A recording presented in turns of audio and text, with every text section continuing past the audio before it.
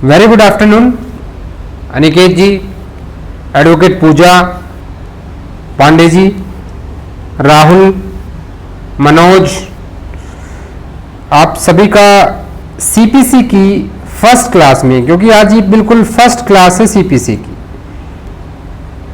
और आज हम सिर्फ सीपीसी का इंट्रोडक्शन करने वाले हैं।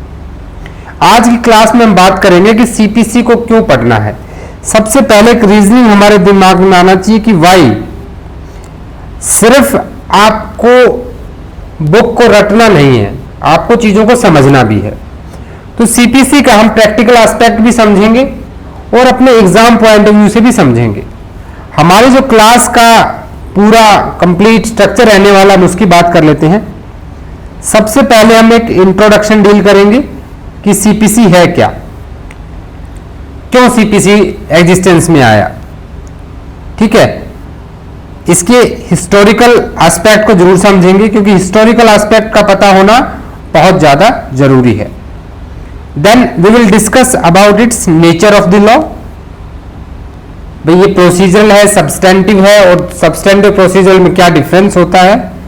And in today's class at the end we will understand the structure of the IPC. एक इसका बर्ड आई व्यू लेंगे, यानी कि स्ट्रक्चर को समझेंगे। सॉरी, सीपीसी, अभी जस्ट आईपीसी की क्लासेस खत्म हुई है, तो आईपीसी में ज्यादा दिमाग रहता है होता है। And then we will conclude our class. ये आज हमारी पूरी क्लास का स्ट्रक्चर रहने वाला है। क्योंकि ये पहली क्लास है, तो कई तरह के डाउट्स आप लोगों के माइंड में होंगे कि हम अपना प्रिपरेशन स्टार्ट कैसे करें। तो हम सबसे पहले ना सीपीसी के या किसी भी क्लास के लिए प्रिपरेशन कैसे रहने वाला है, मैं आपको बता रहा हूं। आपके पास दो तरह के हाइलाइटर्स होना बहुत जरूरी है। 2 से 3 कलर के पेन अपने पास रखिए। जो मैं आपको एमसीक्यू इंपॉर्टेंस बताऊंगा, यानी कि प्री पॉइंट ऑफ व्यू से जो क्वेश्चंस आपको इंपॉर्टेंट बताऊं, आप उनको अपना स्टार मार्क कर लें। जहां पे मेंस के क्वेश्चन बन सकते हैं, मेंस के क्वेश्चन भी मैं आपको लिखवाऊंगा कि किस टॉपिक के, ये टॉपिक खत्म होने के बाद कि ये टॉपिक खत्म हो गया तो यहां से मेंस का क्या क्वेश्चन पहले आ चुका है और क्या बन सकता है, ठीक है।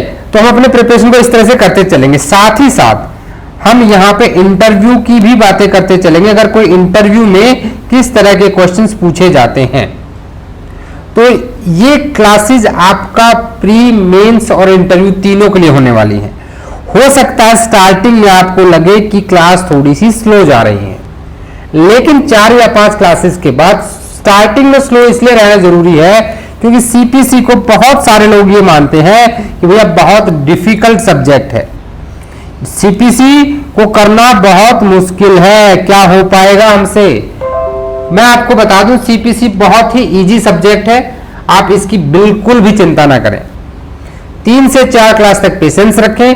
सीपीसी के बेसिक्स को तैयार करेंगे हम, और उसके बाद सीपीसी देखिए आप कितनी अच्छी आपकी स्मूथ तैयार हो जाती है। चलिए हम ज्यादा टाइम वेस्ट नहीं करेंगे, अभी स्टार्ट कर देते हैं। हम सबसे पहला टॉपिक अपना इंट्रोडक्शन। इंट्रोडक्शन मींस कि भाई सीपीसी कैसे एग्जिस्टेंस में आया। सबसे पहले क्या चीज होती है कि देखिए, एक चीज आती है हमारे पास, राइट्स। किसी भी इंडिविजुअल के पास 2 तरह के राइट्स हैं। एक हम ह्यूमन राइट्स कह सकते हैं, बिल्कुल। जब आप ह्यूमन राइट्स आते हैं तो राइट्स अपने साथ में लायबिलिटी भी लेकर आते हैं। क्या राइट्स अकेले आते हैं? नहीं आते हैं, वो अपने साथ लायबिलिटी भी लाते हैं। कुछ राइट्स ऐसे हैं जिनके लिए रिस्पॉन्सिबल है आपका state. State is responsible to protect you, your property, your good life, life और लिबर्टी, बट फंडामेंटल राइट भी है आपका। तो वहां से जब आपके ऐसे राइट्स का इन्फ्रिंजमेंट होता है तो क्या मैटर बनते हैं? क्रिमिनल मैटर बनते हैं। ये हम पहले से, क्योंकि आप सब पुराने स्टूडेंट हैं, डील कर चुके हैं अच्छे से इस टॉपिक को, बहुत डिटेल में इसके नहीं जाएंगे। अब दूसरे तरह के राइट्स क्या होते हैं? दूसरे तरह के राइट्स होते हैं प्राइवेट राइट्स, यानी कि यहां पे मैं बात कर रहा था पब्लिक राइट्स की, यहां बात करूं प्राइवेट राइट्स की। प्राइवेट राइट्स कैसे हैं? जो किसी एक इंडिविजुअल का राइट है। लेकिन यहां भी क्या है, अगर मैं कहूं कि इंडिविजुअल का एक राइट है, तो इंडिविजुअल का जो राइट किसी दूसरे इंडिविजुअल के लिए क्या होगा? लायबिलिटी होगा। अब हुआ क्या यहां पे कि इसका इंडिविजुअल राइट क्या हो गया? इन्फ्रिंज हो गया।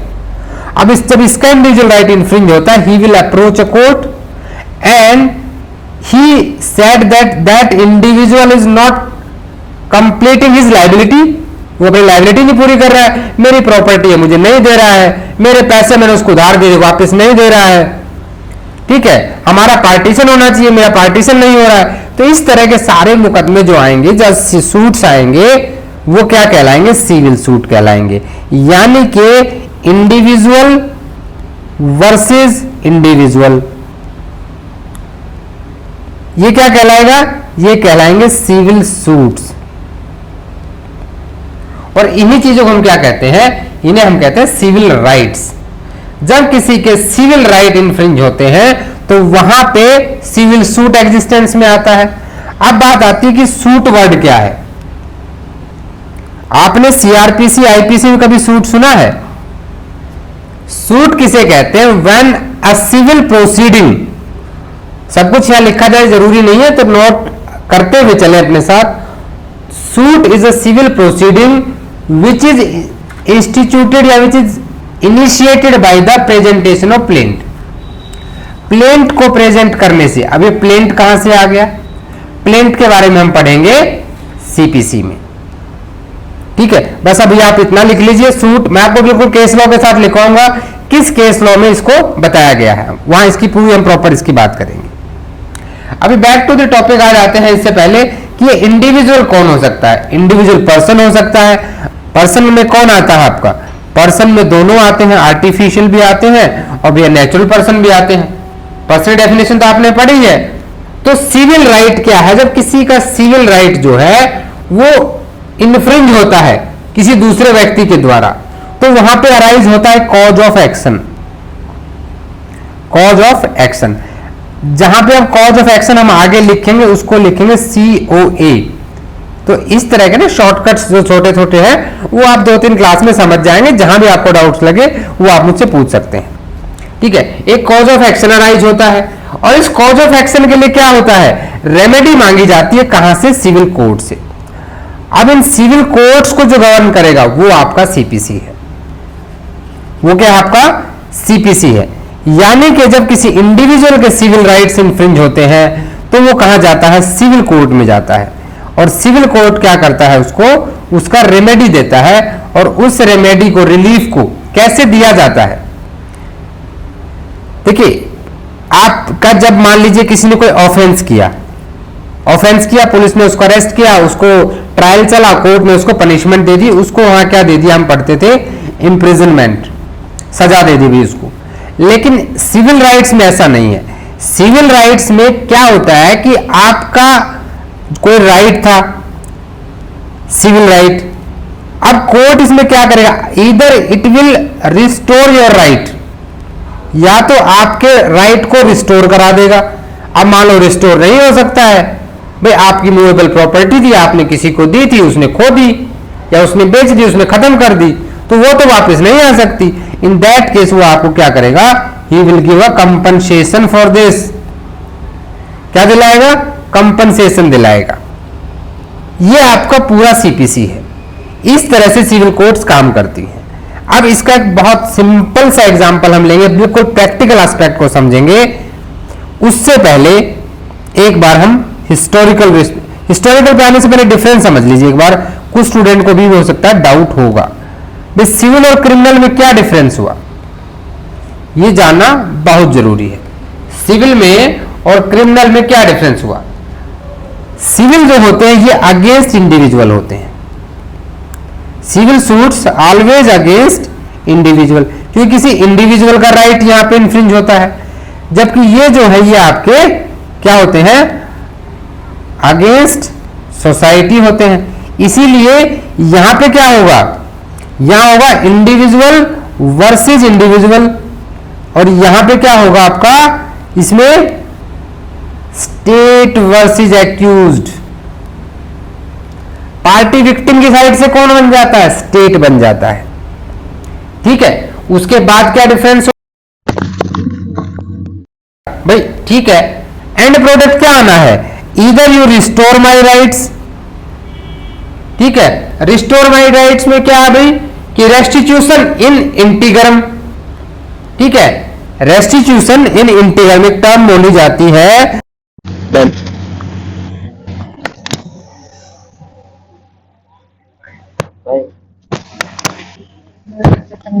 रहने दो। कि इससे आपको बिल्कुल क्लियर हो जाएगा सिविल और क्रिमिनल। और वहां पे एंड प्रोडक्ट क्या रहेगा क्रिमिनल में? It always suffering through imprisonment. भाई यहां सजा मिलेगी, ये इंप्रिजनमेंट आपकी इन जेल हो सकती है, इन लीवर उसके फाइन भी हो सकता है। ये हमने आईपीसी में पढ़ा है, चैप्टर 3 ऑफ आईपीसी, वहां हम पढ़ के आए हैं। इसके अलावा क्या डिफरेंस है? इसके अलावा डिफरेंस आता है बर्डन ऑफ प्रूफ पे, कि बर्डन ऑफ प्रूफ पे क्या डिफरेंस है। बीओपी यानी बर्डन ऑफ प्रूफ को लेके। अब यहां पे जो बर्डन ऑफ प्रूफ होता है वो प्रीपोंडेंस ऑफ प्रोबेबिलिटी होता है, ऑफ प्रोबेबिलिटी। और यहां जो होता है, यहां क्या होता है? Beyond reasonable doubt. ठीक है, DOUBT दोबारा लिख देते हैं, बियॉन्ड रीजनेबल डाउट। यानी कि दोनों में डिफरेंस है। कोई नहीं, अनिकेत मैं आपको बताऊंगा, बर्डन ऑफ प्रूफ आपको बहुत अच्छे से बताएंगे। आप एक बार ये कंप्लीट कर लें हम। नहीं बिल्कुल बहुत अच्छा क्वेश्चन है आपका, कि और किस किस को डाउट है बर्डन ऑफ प्रूफ में। ठीक है ठीक है ठीक है, मैं आपको बताऊंगा इसके बारे में, नो इश्यूज। दूसरा क्या है कि हु विल इनिशिएट दिस, यहां कौन इनिशिएट करेगा? यहां पे इनिशिएट करना पड़ेगा इंडिविजुअल को, उसे ही जाना पड़ेगा कोर्ट में, भाई उसी को सम्मन सर्व कराने पड़ेंगे, उसे ही अपनी डिग्री बाद में एग्जीक्यूट करानी पड़ेगी। पर यहां ऐसा नहीं है, यहां ये पूरा काम कौन करेगा? स्टेट करेगा। कौन करेगा? स्टेट करेगा। ठीक है, यानी कि क्रिमिनल में स्टेट सब कुछ संभाल रहा है, यहां सिविल में क्या है? इंडिविजुअल को खुद खुद करना पड़ रहा है। आई होप आपको सिविल और क्रिमिनल का डिफरेंस तो अच्छे से समझ में आ गया होगा। चलिए डाउट ले लेते हैं अनिकेत का। अनिकेत कह रहे हैं कि बर्डन ऑफ प्रूफ के बारे में थोड़ा सा बता दीजिए। हालांकि एविडेंस एक्ट में जब हम इसकी बात करेंगे तो बहुत डिटेल में करेंगे। ठीक है, बर्डन ऑफ प्रूफ क्या होता है? बर्डन ऑफ प्रूफ 4 तरह से होता है। एक आपका होता है beyond shadow of doubt, beyond shadow of doubt. दूसरा आपका होता है beyond reasonable doubt, beyond reasonable doubt. Third आपका जो होता है ये प्रीपोंडेंस ऑफ प्रोबेबिलिटी होता है,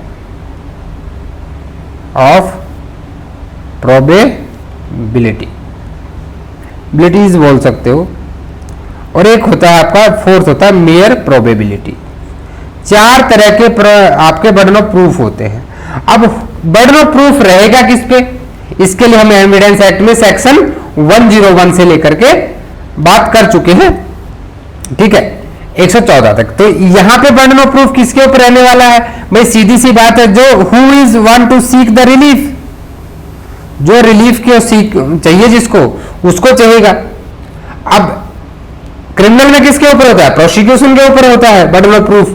वैसे ही यहां पे प्लेंटिफ के ऊपर बर्डन ऑफ प्रूफ रहेगा कि वो प्रूव करे कि भाई मेरा राइट एग्जिस्ट करता है। लेकिन देखो अब यहां पे अगर मैं बात करूं तो बियॉन्ड शैडो ऑफ डाउट क्या किसी चीज को प्रूव किया जा सकता है? पॉसिबल ही नहीं है, किसी को आप सजा ही नहीं दे पाओगे। अगर मैं सिर्फ प्रोबेबिलिटी के आधार पर डिसीजन देने लगूं तो क्या ये जस्टिस होगा? बिल्कुल नहीं होगा। तो ये दोनों के दोनों जो है कहीं पर भी एक्सेप्टेबल नहीं है। क्रिमिनल मैटर्स में जो होता है वहां पे बियॉन्ड रीजनेबल डाउट होता है, अंडरस्टूड। और सिविल मैटर में प्रीपोंडेंस ऑफ प्रोबेबिलिटी होता है। वुलमिंगटन का हम केस पढ़ेंगे कि जैसे पहले एक्यूज के ऊपर बर्डन ऑफ प्रूफ होता था और फिर किस तरह से ये बर्डन ऑफ प्रूफ शिफ्ट होके आया आपका प्रोसिक्यूशन के ऊपर। तो ये चीजें हम वहां एविडेंस एक्ट में डील करने वाले हैं। चलिए डाउट क्लियर हुआ निकेत आपका? ठीक है, इन चीजों को चीजें माइंड में कहीं भी आपके पास कोई डाउट नहीं रहना चाहिए। यानी कि हम क्या पढ़ रहे हैं? हम पढ़ने वाले सिविल लॉ। अब एक वर्ड आता है कि सिविल लॉ क्या है भाई? Civil law is a body of rules that defines and protect the private rights of the citizens. ठीक है, यही चीज है, अभी तक हमने यही पढ़ा है and provide them legal remedies that may be sought in a dispute or cause of action which comes in front of the court. जैसे कि देखिए अभी आपके फैमिली लॉ हैं, टॉर्ट्स हैं, प्रॉपर्टी रिलेटेड है, कॉन्ट्रैक्ट से रिलेटेड है, ठीक है, एनआई एक्ट से रिलेटेड है, सॉरी एनआई तो आपको उसमें चला गया, ये बाकी सारे किस में आ गए, सिविल में आ गए हैं, ठीक है। अभी हम नेक्स्ट चलते हैं एक कि इसकी जरूरत क्यों पड़ी। मैं अभी तक सीपीसी में नहीं गया हूं, अभी तक मैं सीपीसी में नहीं गया हूं। अब मैं बात करने वाला हूं जुडिशियल सिस्टम की। जुडिशियल सिस्टम इंडिया में दो तरह के जुडिशियल सिस्टम है। इंडिया में क्या कहीं भी लीगल में दो तरह के जुडिशियल सिस्टम फॉलो होते हैं। एक को हम बोलते हैं civil judicial system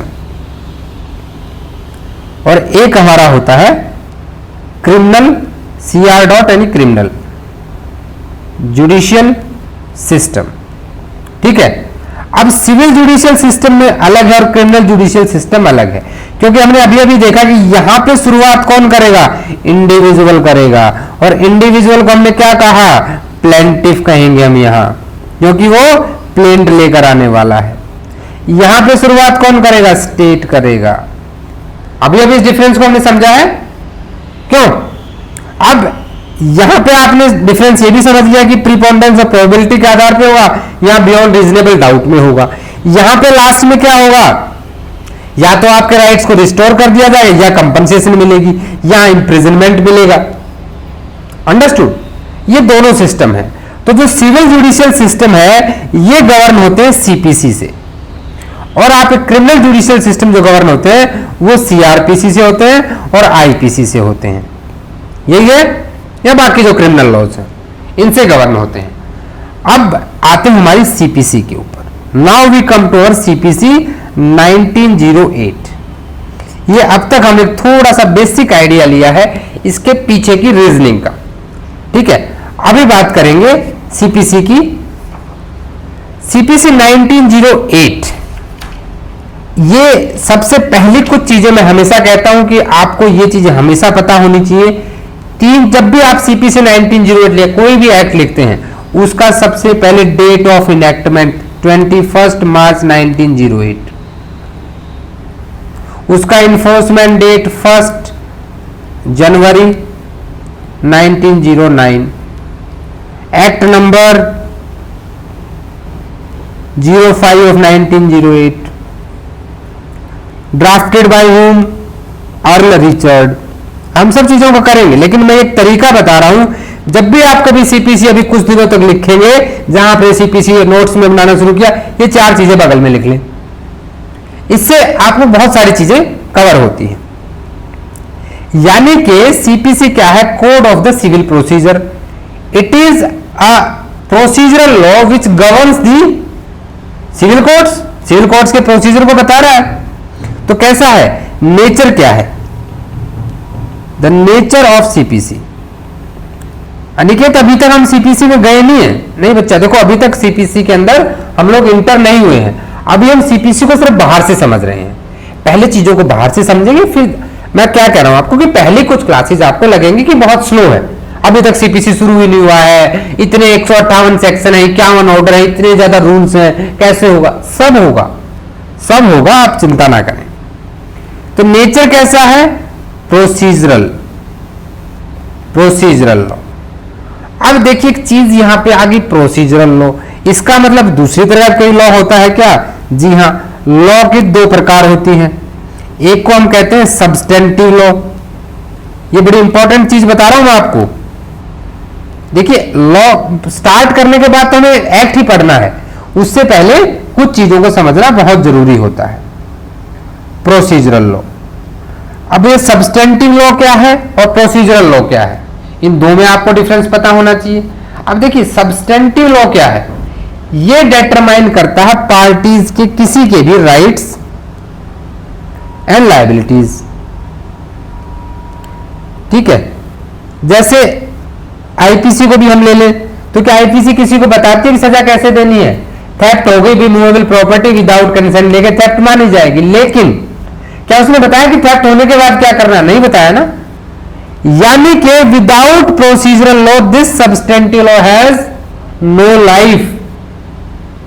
now this procedural law it brings the substantive law into the motion. It brings the substantive law into motion. तो इसका मतलब क्या हुआ कि प्रोसीजरल लॉ क्या है, इंपॉर्टेंट है. इतना भी वो नहीं है, ऐसा नहीं है कि प्रोसीजरल लॉ ही वहां पे प्रिवेल करने लगेगा. मैं चाह रहा हूं आप एक केस लॉ लिख लें. यहां पे मैं आपको डिक्टेट कराऊंगा ये क्वेश्चन भाई, क्योंकि ये क्वेश्चन मेंस का बनता है. What is the difference between procedural law and substantive law. But एक केस लॉ यहीं पे लिख लें जहां पे हम सीपीसी में डिस्कस करें तो वो पता होना चाहिए. State of Punjab versus Shyamlal Murari. State of Punjab versus Shyamlal Murari, AIR 1976, supreme court 1177. Justice Krishnan Iyer बहुत फेमस जस्टिस हुए हैं. इन्होंने बहुत अच्छी लाइन कही है, and I quote, we must always remember that procedural law is not to be tyrant but a servant. Tyrant होता है तानाशाह. Not an obstruction but an aid to the justice.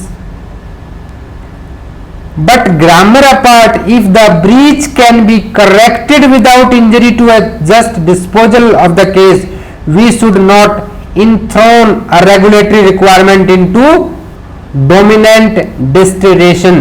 After all, courts are to do justice, not to wreck the end of justice technicalities. ये कह रहा है कि procedure कभी भी कोर्ट को टेक्निकलिटीज में बाउंड नहीं कर सकता है. Because the procedural law are not by themselves an end, but the means to achieve the end of justice. These are the means to end the justice. वो rights को enforce कराना, liabilities को enforce कराना क्या है, उसका तरीका है प्रोसीजरल लॉ. एक और केस यहां पे लिख लें. CBI investigation cell, CBI investigation cell versus Anupam, AIR 1992, Supreme Court 1768. The Supreme Court held that procedural law is meant to further the end of justice. बहुत अच्छी लाइन है मेंस के लिए कहीं पे.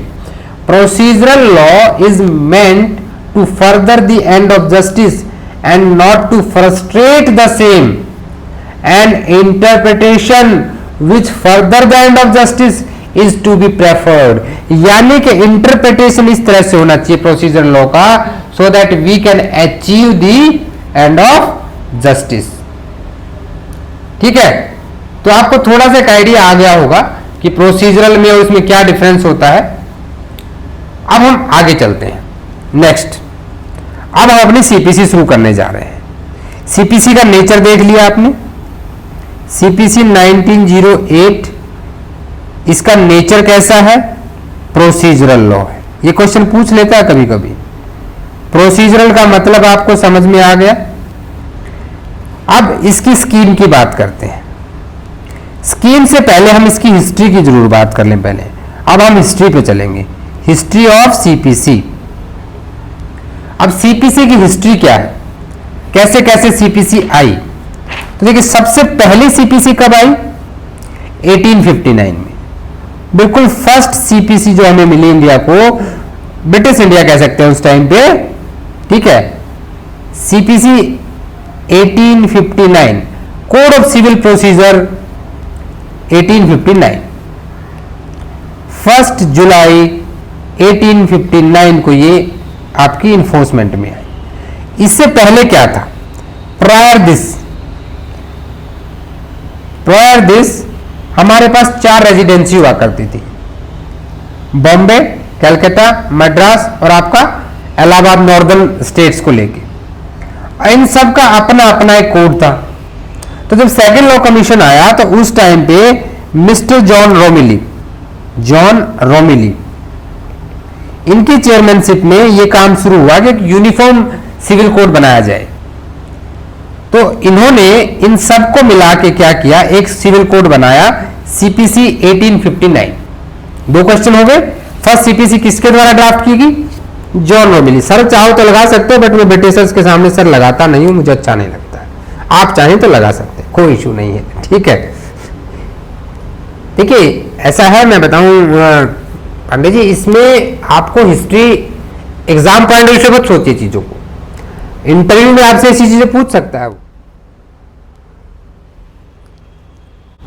अनिकेत लिख रहे हैं कि आपने वॉइस को क्यों डिसेबल कर रखा है। ठीक है अनिकेत, क्या होता है ना, अगर ड्यूरिंग क्लास में लास्ट में सब इनेबल कर दूंगा आपके माइक्स, होता प्रॉब्लम यह है कि अगर मैं अभी से इनेबल कर दूंगा तो आपकी क्लासेस बहुत ज्यादा इंटरप्ट हो जाएंगी। ठीक है, तो अभी आपका जो भी डाउट्स है मुझे चैट बॉक्स में आपके सबके डाउट्स दिखाई देते हैं, और आप अपने क्वेश्चंस को ना एक काम कीजिए, जब भी क्लास चलती है तो अपने क्वेश्चंस को नोट डाउन कर लें। अब बिकॉज क्लास का अगर फ्लो ब्रेक हो जाता है ना, तो बाकी स्टूडेंट्स को बड़ा प्रॉब्लम होता है इस चीज में। ठीक है, आप अपना क्वेश्चन लिख लीजिए और क्लास के एंड में जब डाउट सेशन करेंगे डेफिनेटली आप मुझे अपने डाउट बताइए, आई विल रिजॉल्व इट। मैं आपका माइक भी ऑन कर दूंगा, नो इशू। ठीक है, ठीक है, चलिए। तो हमारी पहली सीपीसी लिखी गई 1859 में, कब से इफेक्टिव हुई? 1 जुलाई 1859 से। लेकिन बात यही नहीं रुकी। This CPC has so many lacunas that it was not adopted by those courts. इसके दो रीजन थे। एक तो उस टाइम में जो सुप्रीम कोर्ट थे ये वहां पे लागू नहीं होती थी। ठीक है, तो काफी सारी दिक्कत इसमें आ रही। प्रेसिडेंसीज में इसकी प्रॉब्लम आने लगी। प्रोविंस में तो ये थी, लेकिन प्रेसिडेंसी कोर्ट्स पे लागू नहीं करते थे इसको। तो इसके लिए दोबारा फिर सेकंड सीपीसी हमारी आई, और सेकंड सीपीसी कब बनी? 1877 में। बट इसमें भी बहुत सारे डिफेक्ट्स थे। फिर उन्हें थर्ड सीपीसी बनी। इसको मैं अलग अलग सीपीसी क्यों करूं? क्योंकि इसमें बहुत इतने मेजर अमेंडमेंट किए गए कि एक तरह से बिल्कुल नई सीपीसी बना दी गई 1882 में। इसको भी बहुत बार अमेंड किया गया, सो मेनी टाइम्स, बात नहीं बनी। फिर हुआ ये कि mister, again you can use sir but I use mister, Earl Richard. Earl Richard को यह काम दिया गया कि भाई तुम सीपीसी बनाओ, और under the chairmanship of mister Earl Richard एक सीपीसी तैयार किया गया, कोड ऑफ सिविल प्रोसीजर तैयार किया गया, जिसे हम आज जानते हैं कोड ऑफ सिविल प्रोसीजर 1908 के नाम से। And on the 21st March 1908 the assent was given by the governor general council. It means the enactment date, कौन सी डेट? इनेक्टमेंट डेट क्या है इसकी? जिस दिन से इनेक्ट हुआ। एंड इट इज इन्फोर्स्ड, कब से इन्फोर्स्ड हुई? विद इफेक्ट फ्रॉम 1 जनवरी 1909। अब आपका सीपीसी शुरू हो गया। ठीक है निकेत, अभी चिंता ना करें, अभी से बिल्कुल स्टार्ट हो गया आपका सीपीसी। अभी बहुत ज्यादा हिस्ट्री में आपको नहीं ले जाएंगे। ठीक है, तो इस तरह से जो सीपीसी आप अपने आप पास देख रहे हैं आज के दिन, ये सीपीसी 1908 का सफर किस तरह से रहा ये आपने देखा। अब ये सीपीसी तब बनी थी, तब कैसी थी? इसकी स्कीम की अगर मैं उस टाइम की बात करूं कि 1908 जब ये बन के तैयार हुई तो कैसी थी, आज से थोड़ी सी डिफरेंट थी। कैसे डिफरेंट थी? इसके अंदर 158 सेक्शंस थे, सही बात है। इसके अंदर स्केड्यूल्स थे। स्केड्यूल तो आज भी है, लेकिन आज सिर्फ आप ध्यान देंगे तो आज सिर्फ एक ही स्केड्यूल है, 1st, 2nd, 3rd, 4th, 5th। इसके अलावा अपेंडिसेस थी, 8 अपेंडिसेस थी, A, B, C, D, E, F, G, H। फिर बाद में क्या हुआ, क्यों बताना जरूरी है? देखिए हुआ क्या बाद में कि आपका 2nd, 3rd, 4th, 5th इन सबको हटा दिया गया। इन सबका क्या कर दिया गया? सारे स्केड्यूल्स को हटा दिया गया। सेकेंड अमेंडमेंट को हटाया गया 1940 में। लिख लीजिए, बहुत इंपॉर्टेंट नहीं कहूंगा इन चीजों को, लेकिन फिर भी अगर भाई एक्स्ट्रा इंफॉर्मेशन है तो अच्छी चीज है ना।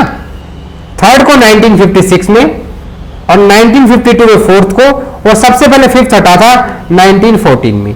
ये इनके रिपीलिंग डेट्स हैं, ठीक है, ये इनकी रिपीलिंग डेट है, कब कब रिपील हुई है। यानी कि जब हम इंडिपेंडेंट हुए आफ्टर 15 अगस्त 1947, 15 अगस्त को हमें स्वतंत्रता मिली, फ्रीडम मिली, और उसे हम अपने स्वतंत्रता दिवस के तौर पे मनाते हैं। देखिए क्लासेस बाइलिंगुअल है, अगर किसी को कोई इशू है, if anyone has any problem, I will dictate in Hindi also and I will dictate in English also, but please let me know in the chat box if there is any problem to any student. जब 15 अगस्त 1947 को हमारा देश आजाद हो तो हमें CPC मिली 1908 कुछ इस तरह से, जिसके अंदर 158 सेक्शंस थे, एक स्केड्यूल था जिसे हमने फर्स्ट स्केड्यूल कहा, और इस फर्स्ट स्केड्यूल के अंदर 51 ऑर्डर्स थे और अपेंडिसेस थी, वही total 8 appendices A to H. अब उसके बाद मेजर अमेंडमेंट्स कब कब हुए इसके अंदर, ऐसा तो है नहीं कि यही रुका। 1951 में अमेंडमेंट हुआ, 1956 में अमेंडमेंट हुआ, 1976 में अमेंडमेंट हुआ, 1999 एंड 2000 यहां भी अमेंडमेंट हुआ। अब यहां इंपॉर्टेंट चीज क्या आ जाती है कि देखो ये ज्यादा इंपॉर्टेंट नहीं है, इन पे बहुत ध्यान देने की जरूरत नहीं है कि 1976 की जो अमेंडमेंट है दिस इज मोस्ट इंपॉर्टेंट। ये मैं बाकायदा आपको नोट कराऊंगा क्या क्या अमेंडमेंट हुए थे 1976 में, कितने सेक्शंस इंसर्ट किए गए, कितने ऑर्डर्स इंसर्ट किए गए, सब चीजें आपको बताएंगे। 1999 एंड 2000 एक कमेटी बनी थी जिसे कहा जाता है जस्टिस मालीमठ कमेटी, मालीमठ कमेटी, ठीक है। केरला हाई कोर्ट के चीफ जस्टिस रह चुके थे जस्टिस मालीमठ। स्पीडी डिस्पोजल के लिए क्रिमिनल्स में बहुत सारे अमेंडमेंट हुए इस कमेटी के रिकमेंडेशन पे। इसकी रिकमेंडेशन पे जो अमेंडमेंट हुई वो कब हुई, 1999 की और 2000 की। जो 1976 की अमेंडमेंट थी ये कब से लागू हुई, 1976 की अमेंडमेंट विद इफेक्ट फ्रॉम कब से लागू हुई, 1 Feb 1977 से। और जबकि 1999 एंड 2000 इनएक्ट अलग अलग टाइम पे हुई है, बट इनको इन्फोर्स किया गया एक ही डेट से दोनों को, इसलिए मैंने इनको साथ लिखा था 1 जुलाई 2000, ये इनका इसका इनेक्टमेंट डेट था। अंडरस्टूड। तो मेजर अमेंडमेंट्स हम 3 मानते हैं, 1976, 1999 एंड 2000, ये इसके मेजर अमेंडमेंट्स थे। अब ये तो आपने मोटे तौर पे इसकी स्कीम को समझा कि इसका एक बर्ड आई व्यू कैसा, हम अभी तक मैं इसके अंदर अब भी नहीं गए हैं, बिल्कुल सीपीसी के अंदर अभी तक नहीं गए हैं। तो अभी आप नोट डाउन कर लें इंपॉर्टेंट अमेंडमेंट्स इन 1976, ये आप नोट डाउन करना शुरू कर दें। सबसे पहला जो चेंज हुआ, देखिए हमेशा स्केलेटन नोट्स बनाइए, जो मैं बोल रहा हूं उससे आप स्केलेटन नोट्स बना सकते हैं। मेंस पॉइंट ऑफ व्यू के जो आपके आंसर्स रहेंगे वो मैं आपको डिक्टेट कराऊंगा, don't worry about that. Section 47 जो होता था, जहां पे कोई भी कोर्ट एग्जीक्यूशन ऑफ डिक्री के लिए क्या करने के बाद में नहीं करा सकते, ऐसा नहीं है। देखिए इन चीजों को आप एक बार लिख लीजिए, लेकिन जब मैं आपको सीपीसी कराऊंगा साथ साथ तो मैं आपको बताऊंगा कि 76 अमेंडमेंट कौन से हैं, तो उससे जब आप अपने इन नोट से कोरिलेट करेंगे तो आपको याद होने में इजी रहेगा, ठीक है। तो सबसे पहले जो इंपॉर्टेंट है वो है सेक्शन 47 की। इसको 1976 से पहले अगर कोई भी ऑर्डर सेक्शन 47 में पास होता था उसको हम डिक्री मानते थे। क्या मानते थे? डिक्री। और डिक्री मानने का मतलब है कि वो अपीलेबल भी है, ठीक है, उस पर रेजुडिकाटा भी लगेगा, अंडरस्टूड। लेकिन आफ्टर 1976 इसको जस्ट ऑर्डर ट्रीट किया जाने लगा। अब 2 वर्ड सुने आपने, डिक्री और ऑर्डर, अपने माइंड की क्यूरियोसिटी को रखिए, दोनों का डिफरेंस आपको बहुत अच्छे से बताया जाएगा, ठीक है। दूसरा एक सेक्शन 9 में एक्सप्लेनेशन 2 ऐड किया गया, ये लिख लीजिएगा, छोटी छोटी बातें, कोई बात नहीं, मैं आपको इसके नोट्स दे दूंगा। सेक्शन 80 में जो था, पहले नोटिस देना बिल्कुल कंपलसरी था। जब आप सेक्शन 80 में किसी गवर्नमेंट को खिलाफ मुकदमा करते हैं तो वहां पे 2 मंथ्स का नोटिस कंपलसरी था। लेकिन इसको थोड़ा सा रिलैक्स्ड बना दिया गया कि अर्जेंट केसेस में जरूरी नहीं है, आप डायरेक्ट केस कर सकते हो, but there should be urgency, ऐसा नहीं है कि वैसे ही। नेक्स्ट आता है आपका transfer of suit, appeal and execution from one court to another court. ये पावर स्टेट गवर्नमेंट के पास थी, इसको लेके दे दिया गया, इसको आपके कोर्ट्स को ट्रांसफर ऑफ सूट की पावर आ गई डिस्ट्रिक्ट कोर्ट, हाई कोर्ट और सुप्रीम कोर्ट के पास। ठीक है, रेस जुडिकाटा को और ज्यादा इफेक्टिव बनाया गया। ठीक है, इसमें सेक्शन कौन से इंसर्ट किए गए, न्यूली सेक्शन इंसर्ट देखिए, सेक्शंस क्या क्या इंसर्ट हुए नए, 21A, 38B, 99A, 100A, 153A, 153B। Orders कौन कौन से ऐड हुए, 16A, 20A and 32A। Prison jail में विटनेस को सम्मन, कॉस्ट और फैमिली अफेयर्स के लिए यहां पे ऑर्डर्स इंसर्ट किए गए। ठीक है, लॉ कभी भी रिजिड नहीं होता, डायनेमिक होता है, इसलिए चेंजेस आते हैं। ये ज्यादा इंपॉर्टेंट है। अभी 2099 की मैं अभी नहीं लिखवाऊंगा, चिंता ना करें, क्योंकि अभी सारे लिखवाऊंगा तो आपको सीपीसी नहीं पता तो फिर अमेंडमेंट को समझने में थोड़ा सा वो होगा। ये मैंने पहले इसलिए लिखवा दिए ताकि ये स्टार्टिंग में ही आपके आ जाएंगे तो हम इनको थोड़ा सा बेहतर तरीके से समझ पाएंगे। चलिए अभी हम विदाउट डिले स्टार्ट कर लेते हैं अपना सीपीसी के स्ट्रक्चर को। सीपीसी 1908, अब इसके दो पार्ट हैं, एक है अभी आपका सेक्शंस और दूसरा है आपका ऑर्डर्स। ऑर्डर्स के अंदर क्या है, रूल्स। सेक्शंस जो बनाए गए हैं 158 सेक्शन है, 51 ऑर्डर्स, ये सिर्फ लेजिस्लेचर बना सकता है, अमेंड लेजिस्लेचर कर सकता है। ठीक है, कोई भी चेंज है लेजिस्लेचर करेगा, लेकिन जो रूल्स हैं ये पावर दे देगी हाई कोर्ट को। High court can alter the rules, high court can make the rules for the own procedure and procedure of civil courts. ठीक है, इसके लिए पार्ट 10 के अंदर, पार्ट 10 जो पढ़ोगे आप सीपीसी का, उसमें सेक्शन 121 से 131 आपको चीजें पता लगेंगी, उसको हम डील करेंगे। अभी सेक्शंस का हम एक बाइफर्केशन देखेंगे। पहले सेक्शंस को क्या किया गया, 11 पार्ट्स में डिवाइड किया गया। एक को मैं ब्लैंक छोड़ रहा हूं जिसको प्रिलिमिनरी, उसको कोई नाम नहीं दिया गया है। बाकी आपको पार्ट 1, 2, 3, 4, 5, 6, 7, 8, 9, 10 एंड 11। जो प्रिलिमिनरी है ये सेक्शन 1 से लेकर के 8 तक है। पार्ट 1, ये पार्ट 1 नहीं है, सिर्फ प्रिलिमिनरी, इसको कोई नाम नहीं दिया गया पर, इसलिए मैंने ब्लैंक छोड़ा है। पार्ट 1 स्टार्ट होता है सेक्शन 9 से 35B तक, जिसे हम कहते हैं suits in general. Suits in general यानी कि किस तरह से केसेस फाइल होंगे, ये सब कुछ यहां पे बताया गया है, सूट्स इन जनरल। बाकी इसमें और कुछ नहीं है। जो पार्ट 2 है ये आपका 36 से 74 जाके ये सेक्शंस है, ये बात करता है एग्जीक्यूशन की। किसकी, एग्जीक्यूशन की।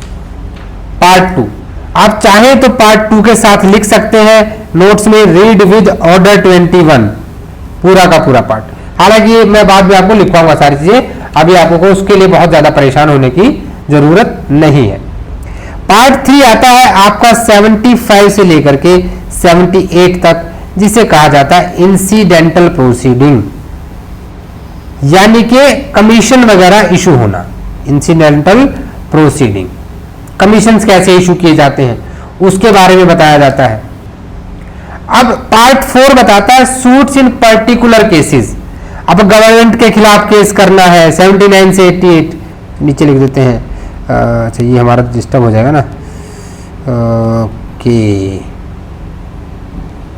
अरे पूरा ही रेज हो गया, कोई बात नहीं। 75 से 78, 79 से 88, ये आपका था इंसिडेंटल प्रोसीडिंग, आगे आप समझ लीजिएगा। और यहां पे आते हैं सूट्स इन पर्टिकुलर केसेस।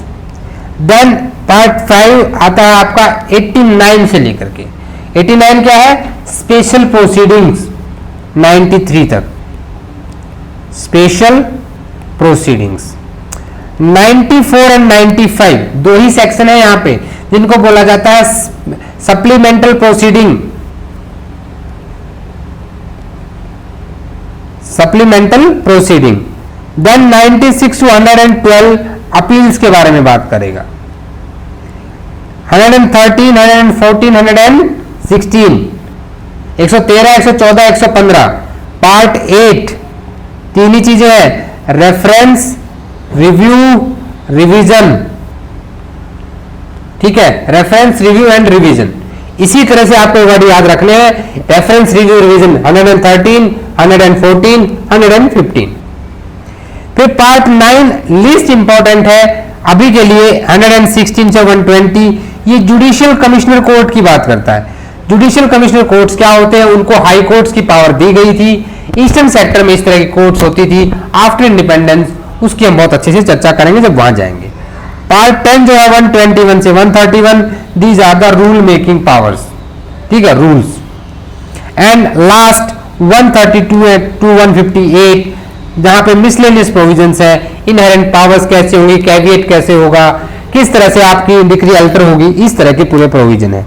तो मैं सिर्फ सेक्शंस का आपको एक बर्ड आई व्यू दिया हूं। ठीक है, ऑर्डर्स के लिए अगली क्लास में हम एक बहुत वो डिस्कस करेंगे, अपना एक प्रैक्टिकल एस्पेक्ट को डिस्कस करेंगे, जिससे मैं आपको डैम श्योर एक चीज बताता हूं कि ऑर्डर्स में ना, जो ऑर्डर्स है कहने को आपके 51 ऑर्डर्स है। आपने अगर ऑर्डर 1 से लेके ऑर्डर 21 तक समझ लिया ना, तो ये मान लीजिए कि आपने 80% ऑफ सीपीसी कवर कर ली है। यही जिस्ट है, मैं आपको तो मेन जिस्ट यहीं पे है। उसको मैं एक ऐसे प्रैक्टिकल एंगल से समझाऊंगा जो आप अपनी सिविल सोसाइटी में अपने चारों तरफ डेली देखते हैं। आपका लॉजिकली माइंड उन बातों को एक्सेप्ट करेगा। ठीक है, अब एक क्विक रिवीजन दे लेते हैं हम अपना सीपीसी का, पूरा ओवरऑल कंक्लूड कर लेते हैं क्लास को। हमने पढ़ा सीपीसी, चलिए कह रहे हैं कि कलर चेंज कर लेते हैं। चलिए ठीक है भाई, कलर चेंज कर लेते हैं। कैसा कलर ले लें? ग्रीन ले लेते हैं, रिवीजन हो रहा है। सीपीसी 1908,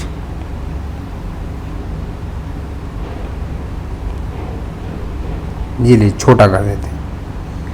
ठीक है,